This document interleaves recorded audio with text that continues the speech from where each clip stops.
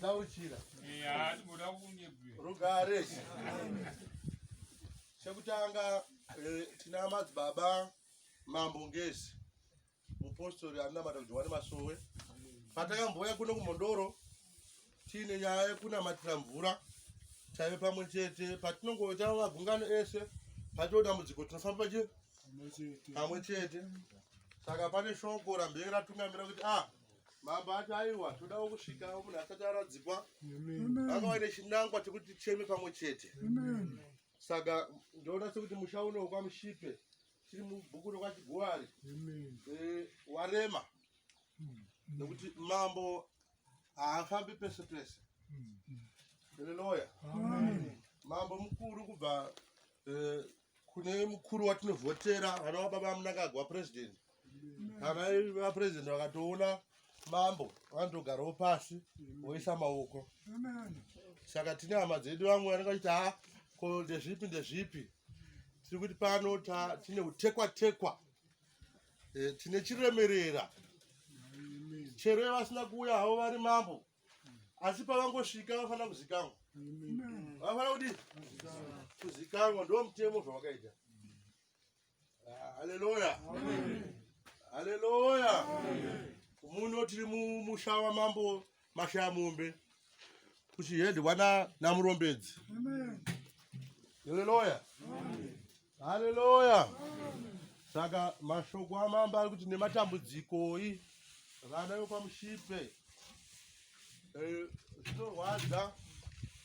Chero munhu akanzi ane 200 years techidangoramba tiinaye tichimuona tiri muushamwari hwedu, tiri muukama hwedu, tiri mumaitiro atanga tichimboita mazuva ose.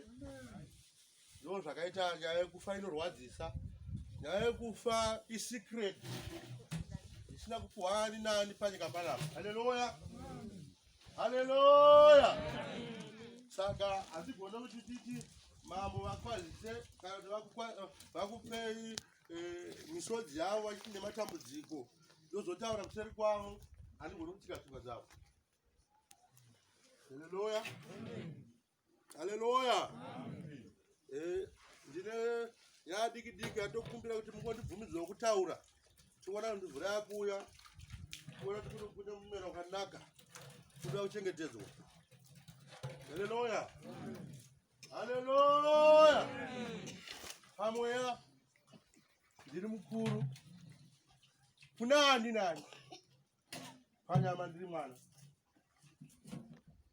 Tinonamata namadzimai okai vari pana vega somuka henyu mumire. Tinonamata nemukwasha wenyu akaroora mwana wenyu vadhewa kuti mupapa zvakanaka munosara kuti zvazodai zvakazodai. Tave ne 20 years tichinamata tese mukusuwa nemukufara.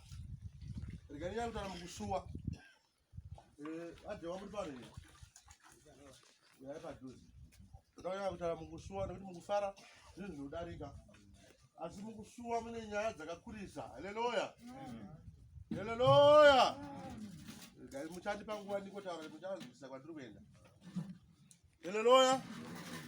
Vadhewa pandoita matambudziko ndiye munhu anotanga kumira pamberi pangu achimhanya.